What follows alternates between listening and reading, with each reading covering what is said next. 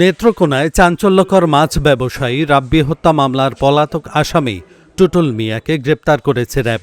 শুক্রবার রাতে ময়মনসিংহ জেলার নান্দাইল থেকে র্যাব ১৪ কিশোরগঞ্জ ক্যাম্পের সদস্যরা অভিযান চালিয়ে তাকে গ্রেপ্তার করে।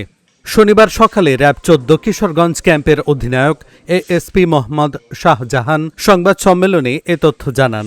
গ্রেপ্তার হওয়া টুটুল মিয়া নেত্রকোনা জেলার মোহনগঞ্জ উপজেলার মাইলোরা গ্রামের মোহাম্মদ আব্দুল মমিনের ছেলে।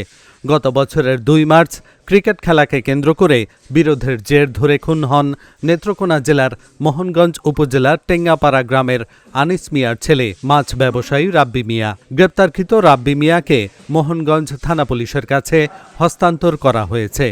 নেত্রকোনা জেলার মোহনগঞ্জ থানার এটা হত্যা মামলায় এজাহারের বিবরণে জানা যায় যে নিহত মাছ ব্যবসায়ী রাব্বি মিয়া পিতা আনিস মিয়া সাং টেঙ্গাপাড়া থানা মোহনগঞ্জ জেলা নেত্রকোনার সাথে ধৃত আসামি সহ অপরাপর এজাহার নামে আসামিদের ক্রিকেট খেলাকে কেন্দ্র করে পূর্ব হতে বিরোধ চলে আসছে। উক্ত ঘটনাকে কেন্দ্র করে ২রা মার্চ ২০২৫ রাত্র অনুমান ২১টা ১০ ঘটিকায় ধৃত আসামি ও অপরাপর আসামিরা পরস্পর যোগসাজশে দেশীয় অস্ত্র দ্বারা নিহত রাব্বি মিয়াকে হত্যার উদ্দেশ্যে মোহনগঞ্জ পৌরসভা রেলওয়ে স্টেশন সংলগ্ন পুকুরের পশ্চিম পাড়ে ধারালো চাকু দিয়ে বুকের পাঁজরে ঘাই মেরে গুরুতর রক্তাক্ত জখম করে।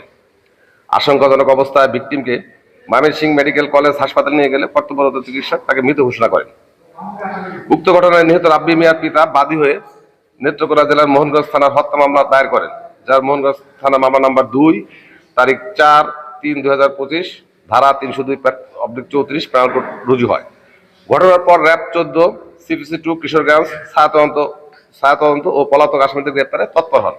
এরই ধারাবাহিকতায় সিপিসি 2 র্যাব ১৪ কিশোরগঞ্জ ক্যাম্পের আবেদনিক দল ৩০শে জানুয়ারি ২০২৬ তারিখে রাত্র অনুমান ২৩ ঘটিকার ময়মনসিংহ জেলার নান্দাইল থানা সোনালী ব্যাংক এলাকায় অভিযান পরিচালনা করে উক্ত হত্যা মামলার আসামি মোহাম্মদ টুটুল মিয়া ২৩ পিতা মোহাম্মদ আব্দুল মমিন সাং মাইলোরা থানা মোহনগঞ্জ জেলা নেত্রকোনা গ্রেপ্তার করতে সক্ষম হয়।